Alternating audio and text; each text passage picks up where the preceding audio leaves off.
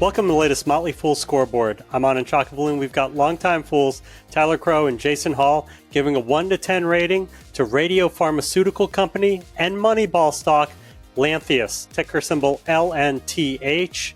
Start with the business first, including factors like industry and competition and Tyler's preferred pronunciation. A 10 is invincible, a 1 is hopeless. Both of you have 8s. Go ahead, Tyler. I know you've been following this company for a long time. Sure. So I think it's Lantheus, but I've never heard it said. So we'll just go with that for now. I gave it an 8. And part of the reason is the strength and durability from this company kind of comes from how hard it is to do what it does. It manufactures specific radioactive isotopes that are used as tracers in nuclear imaging, things like positron emission tomography or PET scans. The only reason I know that is because my mom works in a hospital. Over the past decade, it's kind of developed like these two radioactive tracers we could kind of describe as like blockbuster diagnostic tools, like we call them blockbuster drugs. One is Definity. It's an echocardiogram reading enhancement agent. And Polarify, again, I might be mispronouncing that one, but it's a tracer used to detect if prostate cancer has metastatized elsewhere in the body. Now, I don't want to say this industry is devoid of competition, but there are very few players, and most of them have designed specific radioisotopes for specific imaging or diagnostics, depending on the type of cancer or disease that they're trying to look at. These two blockbuster diagnostic tools have FDA patent protection for until the mid-2030s. And the Center for Medicare and Medicaid Services recently announced that PET scans and Polarify can be billed as separate items, which is kind of a boost to revenue for the company. So I also went with an 8, and to hit on some of the things Tyler talked about, one of the great things about healthcare and related businesses like Lantheus, Lanthanol, so fun to play with these names.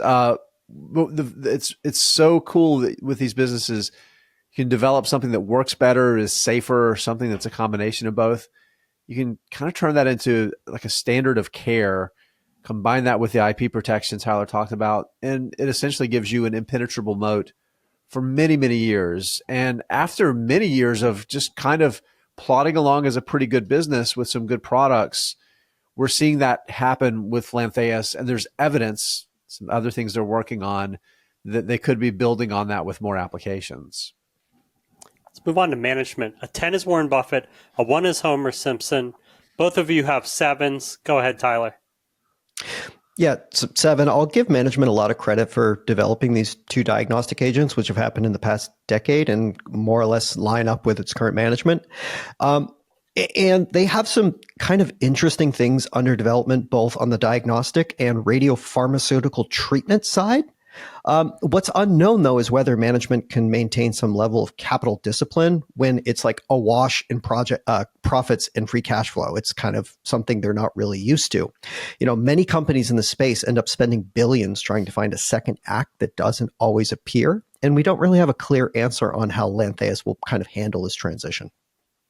Yeah, it's really easy with companies that have some level of success to overrate management just because they happen to be in the job at the time and adequate, right? So I think we have to be careful there. And like I talked about before with Lantheus, this was just kind of a steady, rather boring business for 50 or 60 years heading into this. It's a more recent IPO, but the business has been around for decades and decades.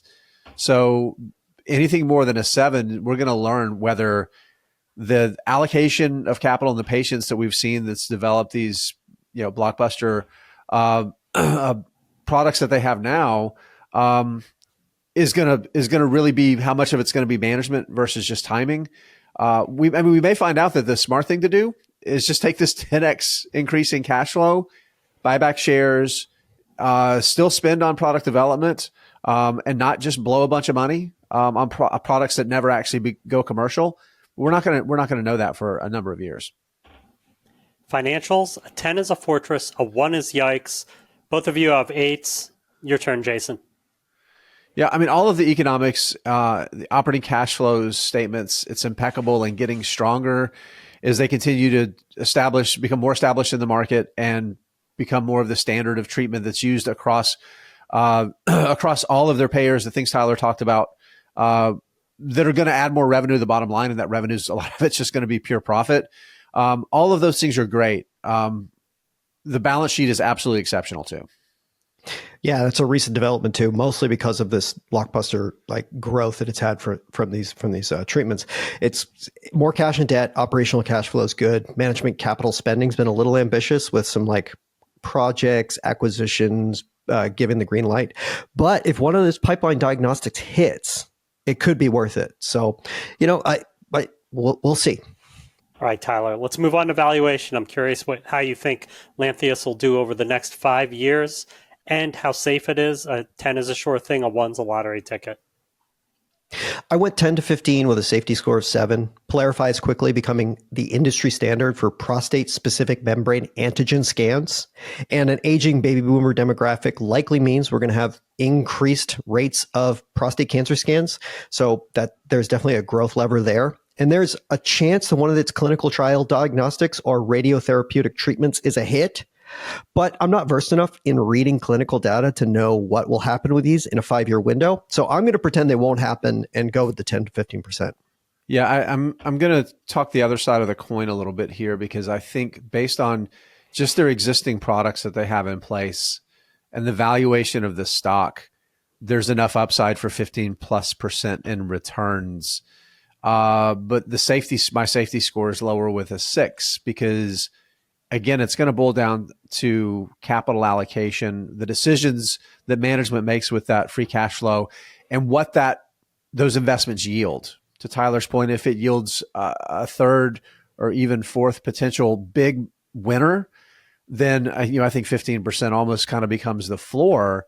But if they invest too much capital into things that don't generate a return versus just being conservative with how they approach it, then that could destroy value, hence the lower safety score for me. Right. It's time for everyone's favorite top it. Tyler, is there a company in Lantheus' space that you like better? Not listed in the US. I think there's some foreign listed stuff because they tend to all work regionally. That's a conversation for another time. But this is really a unique stock. Yeah, I agree with Tyler. I have nothing to add. Tyler's always got some wild stocks that he's kind of got in the back when you press the button and the wall moves. Oh, you want these, Jason Statham. Thank you to Tyler and to Jason. They've given Lantheus an overall score of 7.7 out of 10, just short of that 8.0 that would force me to own shares. But it's good enough that my ears have been perked up, and I'll be checking it out on my radar. Look out for a new scoreboard every market day at 7 p.m. Eastern. Next up is Top Build. Till then, Fool on.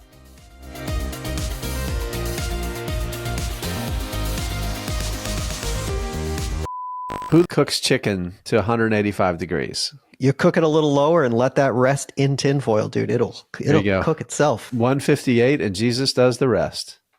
That's right.